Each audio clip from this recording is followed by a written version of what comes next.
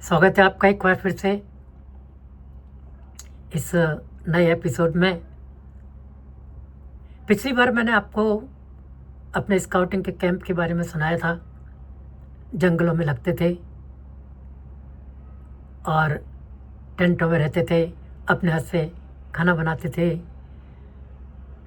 और camp fire में मज़े भी लेते थे, लेकिन बहुत ही कड़ा ट्रेनिंग होती थी और उसमें हम खूब थकते थे, लेकिन फिर भी बहुत मज़ा भी आता था ताकि संगी साथी साथ में होते थे।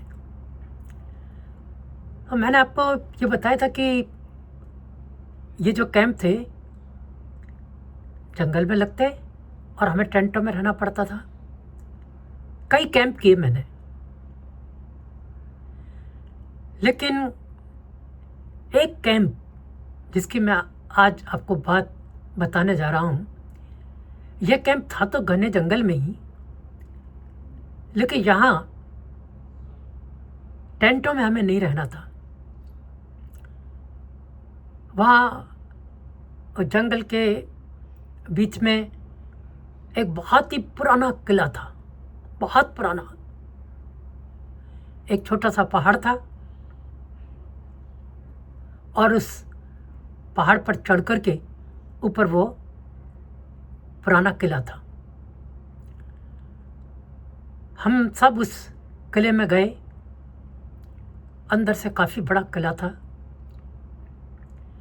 लेकिन इतना पुराना था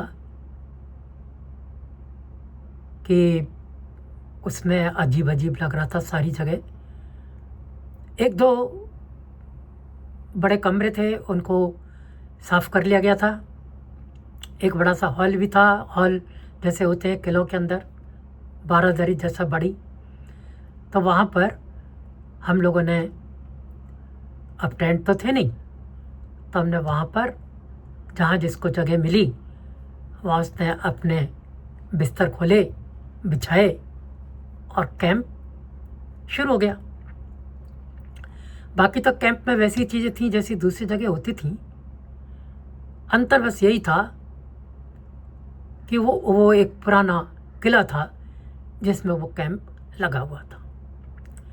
दिन में हम लोग इधर उधर कैंप का जो किला था वहाँ पर घूमते रहे और इतने इसमें कमरे, सीढ़ियाँ चढ़ना ऊपर, हर ये जैसे होते हैं किले, आपने देखे होंगे,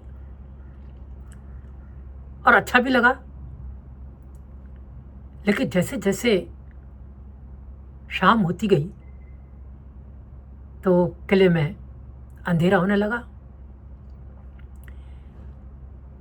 हम सबके पास उस समय वहाँ किले में, क्योंकि लग रहा था तो कुछ लालटेन की व्यवस्था थी, तो वो लालटेन जला ली गई। लेकिन किला बिल्कुल भाई भाई कर रहा था। अजीब सा वहाँ का माहौल हो गया और तय ये हुआ कि जब कैंप फायर हम लोगों ने कर लिया, वहीं पर बीच की एक जगह में आग जलाई। आग जलाने के बाद कैंप फायर किया और फिर सोने की जो समय था वो तो हो गया, तो सोना भी था सबको। लेकिन हमारे जो साथ में जो टीचर्स थे उनमें से उन्होंने बताया कि रात में 2 लड़कों को पूरी रात ड्यूटी देनी होगी। अब मतलब बड़ा मुश्किल काम था कि रात में पूरी रात जाग कर के ड्यूटी देना, और वो भी उस किले में।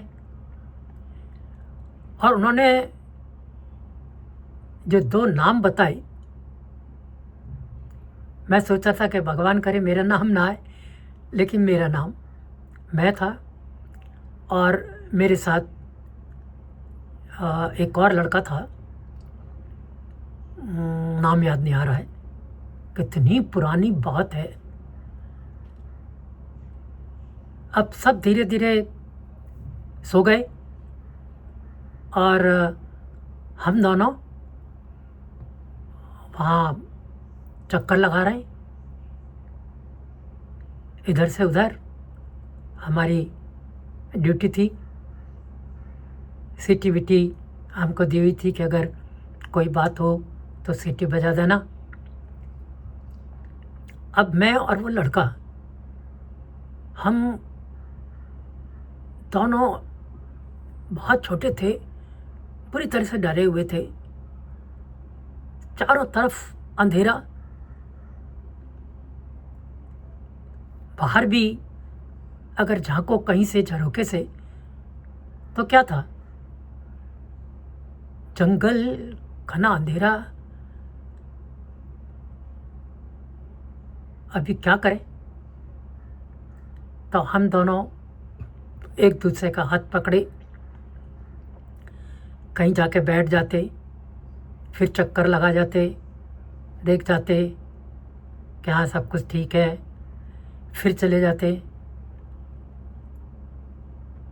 अभी हम उस वातावरण में, एक तो वैसे ही अजीब था, लेकिन अचानक घुंघरुओं की आवाज़ आने लगी। हे भगवान, हम तो डर के मारे, अगर काटो तो खून नहीं, ऐसी हमारी हालत हो गई। थोड़ी देर में वो घुंघरुओं की आवाज़ बंद हो गई। तो हम दोनों ने सोचा कि चलो यार, वो जो एक बाहर एक जैसे इसमें किलों में, पुराने किलों में झरोखे से बने होते हैं, वहाँ चल के बैठते हैं। हम दोनों वहाँ चले गए और वहाँ बैठ गए। और थोड़ी देर में फिर वही घुंघरुओं की आवाज़, और इतनी ऐसी आवाज़, और किसी के चलने की भी आवाज़ कि बस आप सोच सकते हैं। एक तो वैसे ही वो कहानियाँ ऐसी सुनते थे कि इन किलों में ऐसे भूत प्रेत होते हैं, तो हमें लगा ये तो कोई ना कोई भूतनी है, और ये आज तो हमारी खैर नहीं। तो हम दोनों गए और फिर से उन कमरों के आसपास ही चक्कर काटने लगे जहाँ बहुत सारे लोग सोए हुए थे, लेकिन सभी गहरी नींद में थे। और हमें लग रहा था इन घुंघरुओं की आवाज़ सुन के कोई तो उठ जाए, लेकिन पता नहीं उनके कानों तक वो आवाज़ पहुंच रही थी या नहीं पहुंच रही थी। हम तो बस थोड़ी देर इधर बैठे रहे, फिर थोड़ी घुंघरुओं की आवाज़ बंद हो गई, तो फिर थोड़ी हिम्मत की और फिर थोड़ा वहाँ से बाहर निकले और फिर वहाँ पर घूमते रहे। और थोड़ी थोड़ी देर में वो घुंघरू बजते रहे। उफ, एक एक पल काटना मुश्किल। ये लगता कि जाएं और जो माँ साहब है उनको जगा लें कि हाँ साहब, ये ऐसे घुंघरुओं की आवाज़ आ रही है और हमें डर लग रहा है। लेकिन फिर ये सोच कर के हम चुप हो जाते कि वो हमारे बारे में क्या सोचेंगे, माँ साहब भी क्या सोचेंगे, और जो दूसरे लड़के हैं वो भी क्या सोचेंगे। इसलिए हम फिर से इधर उधर चक्कर काट लेते, फिर बैठ जाते। बड़ी मुश्किल से जाकर के आधी रात से ज़्यादा बीती, सुबह के 2-2:30 बज गए, लेकिन रह कर के वो घुंघरुओं की आवाज़ आती रही।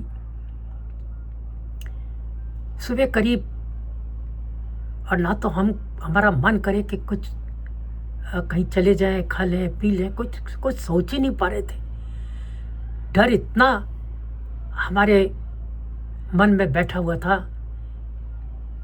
कि आप सिर्फ अंदाज़ा लगा सकते हैं कि वो अंधकार में डूबा हुआ किला, बीच में हमारे जो कमरे थे जहाँ पर रुके हुए थे, उनमें जलती 2-3 लाइटों का, जो लाइटें क्या थी, वो लालटेन है, और लालटेनों का वो पीला, हल्का पीला सा जो प्रकाश था, रोशनी थी, वो और भी अजीब सा एक वातावरण पैदा कर रही थी, जैसा हमने कभी ऐसी डरावनी कहानियों में सुना था। बड़ी मुश्किल से राम राम कट के हमने शायद हनुमान चालीसा भी बोली होगी दोनों ने मिल करके। और सुबह करीब मुझे याद है कि जब हल्का हल्का ऐसा लगने लगा कि 4:30-5 बज रहे हैं, तब हम जाकर के वो जो झरोखा था उसके पास जाके बैठ गए। और झरोखे के पास पहुंचे थे, वहाँ और भी ज़्यादा आवाज़ आनी शुरू हो गई घुंघरुओं की, जैसे कोई घंटी बजा रहा हो, टन टन टन टन। और ऐसा लगा कि हमारे बिल्कुल पास है। हमारी तो सांस बस गले में अटकी। हमने सोचा कि बस आज का दिन आखिरी दिन है हमारा। हम ये सोच रहे थे कि किसी के चलने की सचमुच आवाज़ आने लगी, और वो आवाज़ हमारे और पास वो पथचाप पे आती रही आती रही। और हम दोनों एक दूसरे से चिपक गए कि पता नहीं अब हमारा क्या होगा। और सचमुच हमने देखा तो एक साया चलता हुआ हमारी तरफ आ रहा है। जान हलक में आ गई। हम बस सीखने को ही थे कि माँ साहब की आवाज़ आई, अरे भाई मैं हूँ, देखने आया हूँ कि तुम सब ठीक ठाक काम कर रहे या नहीं कर रहे, अपनी ड्यूटी पूरी कर रहे या नहीं कर रहे। हम खड़े हो गए तुरंत, और हमारा जान में जान आई। हमें कहने माँ साहब हम तो बहुत अच्छी तरह ड्यूटी दे रहे हैं। तो अब उनको ये बताते भी हमें शर्म आ रही थी कि हमने घुंघरुओं की आवाज़ सुनी है और हम बुरी तरह से डरे हुए हैं। उनके सामने तो हम तन करके खड़े हुए कि देखा हमने कितना बढ़िया काम किया है। उसके बाद वो हमें शाबाशी वगैरह दे करके और चले गए। इतने में सुबह उन्होंने कहा कि ठीक जैसे ही 6 बजेंगे तो तुम लोग आ जाना, फिर हम अपना दिनचर्या शुरू करेंगे, तुम्हारी ड्यूटी भी ख़त्म हो जाएगी। अब सुबह थोड़ी बाहर रोशनी हो गई, और रोशनी में हम बाहर देखने लगे वो झरोखे से। और झरोखे से बाहर देखते ही हमें पूरा घुंघरुओं का रहस्य समझ में आ गया। आपको बताऊं तो आपको भी हंसेंगे। वो जो पहाड़ था उसके ऊपर एक भैंस घूम रही थी, और उस भैंस के गले में कुछ घंटियां सी बंधी हुई थीं। और वो भैंस जब चलती थी तो उनकी आवाज़ होती थी, और जब वो कहीं बैठ जाती थी तो वो आवाज़ गायब हो जाती थी। और उसको देख करके हम दोनों की इतनी हंसी छूटी कि मैं आपको बता नहीं सकता। और ये बात जब दूसरे दिन हमने अपने सब साथियों को ही बताई तो उन लोगों ने भी बहुत मज़े लिए। और फिर बाद में तो फिर ये एक मजाक सा बन गया। माँ साहब को भी पता लगा तो उन्होंने हमसे कहा कि नहीं, मैंने ये नहीं कहा था तुमसे कि अगर कुछ ऐसी बात हो तो तुम मुझे ना बताओ। अगर इतनी बात थी, तुम्हें इतना डर लग रहा था, तब तो मुझे उठा लेते। खैर वो रात निकल गई, बात वहीं ख़त्म हो गई। शायद वो 3 दिन ही उसके लिए मैं कैंप था। सुबह होते ही फिर से सब कुछ वैसा हुआ। दूसरे दिन दूसरे 2 बच्चों की ड्यूटी लगने वाली थी, तो हमने उन्हें पहले ही बता दिया कि अगर ऐसी कोई आवाज़ आए तो बिल्कुल मत डरना। वो कैंप और वो घुंघरू और वो सारा माहौल आज भी जब याद करता हूँ तो एक रोमांच होता है, और रोमांच के साथ साथ वो सारी चीज़ें मेरी आंखों के सामने घूम जाती हैं। और जब वास्तविकता की याद आती है तो आज भी हंसी आए बिना नहीं रहती। ये एक रोमांचक जो किस्सा था वो मैंने आपको सुनाया है। ऐसे ही बहुत से किस्से मेरे पास हैं जो मैं आपको सुनाता रहूँगा, और मुझे बहुत अच्छा लगता है जब आप इन किस्सों को सुनते हैं। और निश्चित रूप से आपको भी उनका वैसा ही आनंद आता होगा सुनते समय जैसा मुझे सुनाते समय आता है। चलिए आज इतना ही। देखते रहिए छोटी बातें बड़ी यादें। अगली बार फिर मिलेंगे, तब तक के लिए नमस्कार। हाँ, सब्सक्राइब करना ना भूलें। बाय।